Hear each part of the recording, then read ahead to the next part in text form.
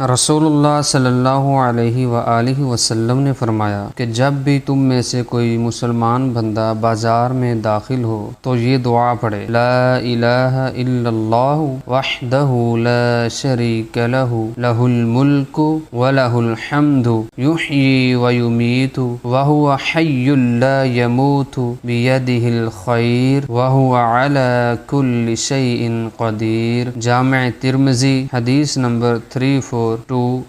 اللہ کے علاوہ کوئی عبادت کے لائق نہیں، اسی کا ملک ہے اور اسی کے لیے حمد ہے۔ وہ زندہ کرتا ہے اور مارتا ہے، اور وہ زندہ ہے، اسے موت نہیں آتی، اسی کے ہاتھ میں خیر ہے اور وہ ہر چیز پر قادر ہے۔ یہ دعا جب ہم میں سے کوئی بھی بازار میں داخل ہو تو اس کو پڑھنی چاہیے۔ اور بازار میں چلنے کا طریقہ کار یہ ہے کہ سب سے پہلے ایک طرف ہو کے اپنی سائیڈ پہ چلیں، بازار کے درمیان نہیں چلنا۔ اور دوسری بات یہ ہے کہ بازار میں چلتے وقت اپنی نگاہوں کو نیچے جھکا کر رکھیں، نگاہیں اٹھا کر نہیں چلنا، آنکھیں پھاڑ پھاڑ کر ہر کسی کی طرف نہیں دیکھنا چاہیے۔ یہ طریقہ کار ہونا چاہیے۔